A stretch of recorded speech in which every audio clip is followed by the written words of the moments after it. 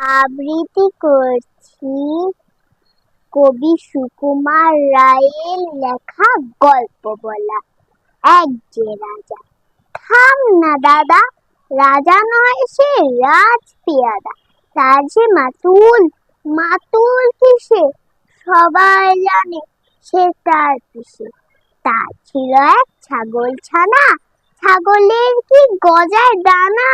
একদিন তার ছাদের পরে, ছাদ কোথায় টিনের ঘরে, বাগানে এক উড়ে মালি, মালি নয় তো বেহেরালি। মনের সাধে গাইছে বেহাগ, বেহাগ তো নয় বসন্ত রাগ।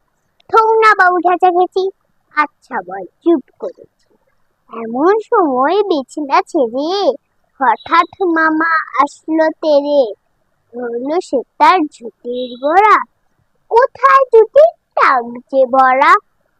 হোক না টেকু তোর তাতে কি, লক্ষ্মী ছাড়া মুখ খুঁড়েছি। ধরবো ঠেসে টুটির পরে, পিটক তোমার মুন্ডু ধরে। কথার উপর কেবল কথা, এখন বাবু পালাও কোথা। ধন্যবাদ।